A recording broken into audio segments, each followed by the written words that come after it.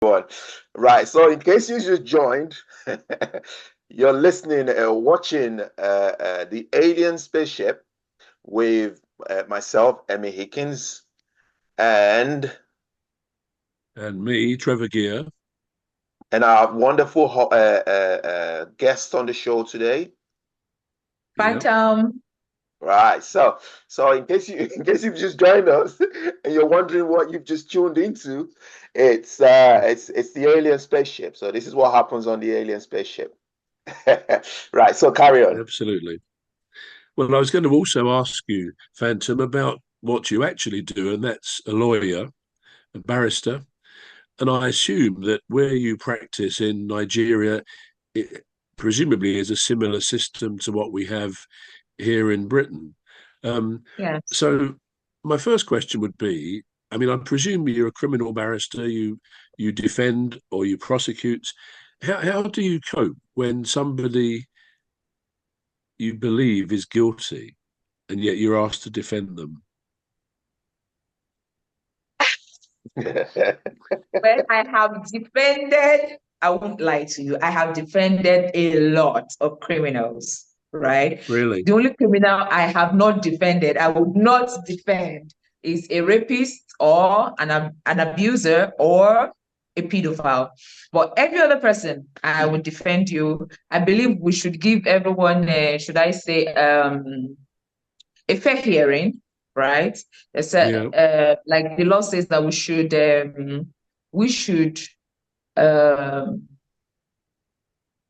everyone should be given a fair hearing until found guilty or proved beyond reasonable doubts that the person is actually Yeah. guilty, right? I wouldn't lie to you. I have lawyered up to lots of criminals in Nigeria, those who have been caught doing our very famous Yahoo boys. And I'm sure you must have heard about Yahoo boys, all these internet fraudsters that tell white people, hello, I'm a prince from Africa and I have so much money for you. You give me money and I get to bring you more money. Yeah, those kind of persons. Because it's not like I'm happy to defend such people, No, sincerity, right? no. But I noticed that a lot of these people are kids. There was one of even a 14-year-old. At the end of the day, they could not charge the boy to court because it's underage. He has to be taken for community service. Even the community service itself, the judge could not even issue out the community service because it's like this child, this is a child, right? So it's better to just take the child to those homes who cater, those foster homes who cater to kids like that, right?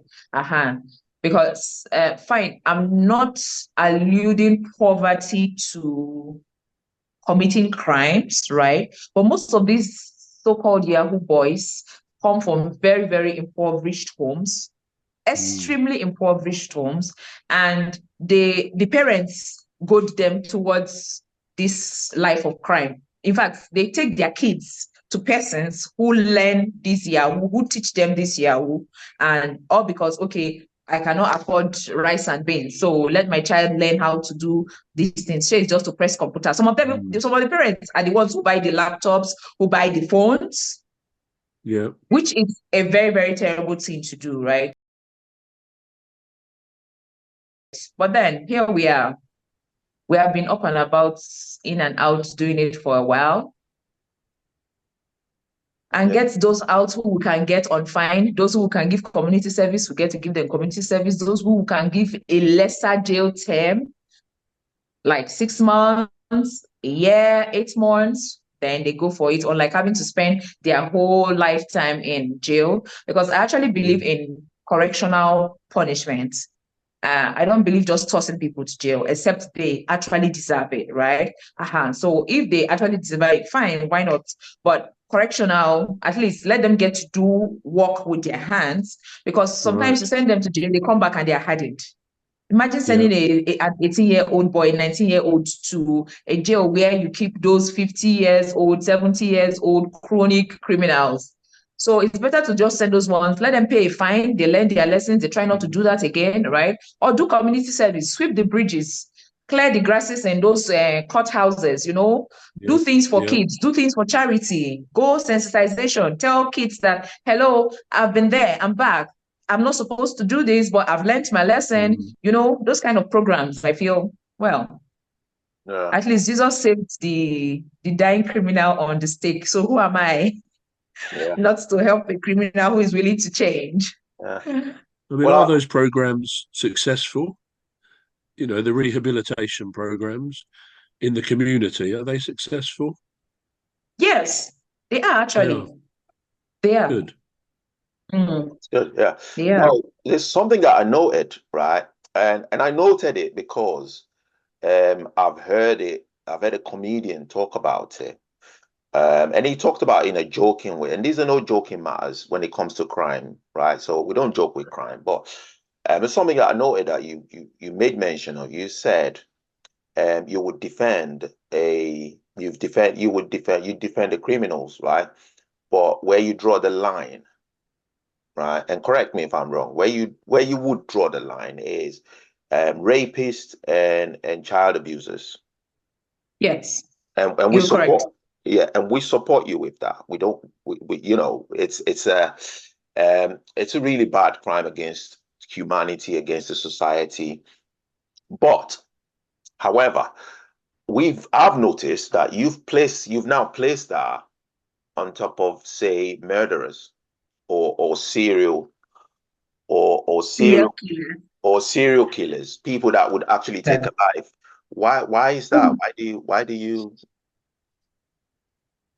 Well, like our people will say, never say never, right? But Okay. I have never defended a serial killer. I've never defended a murderer, right? Okay.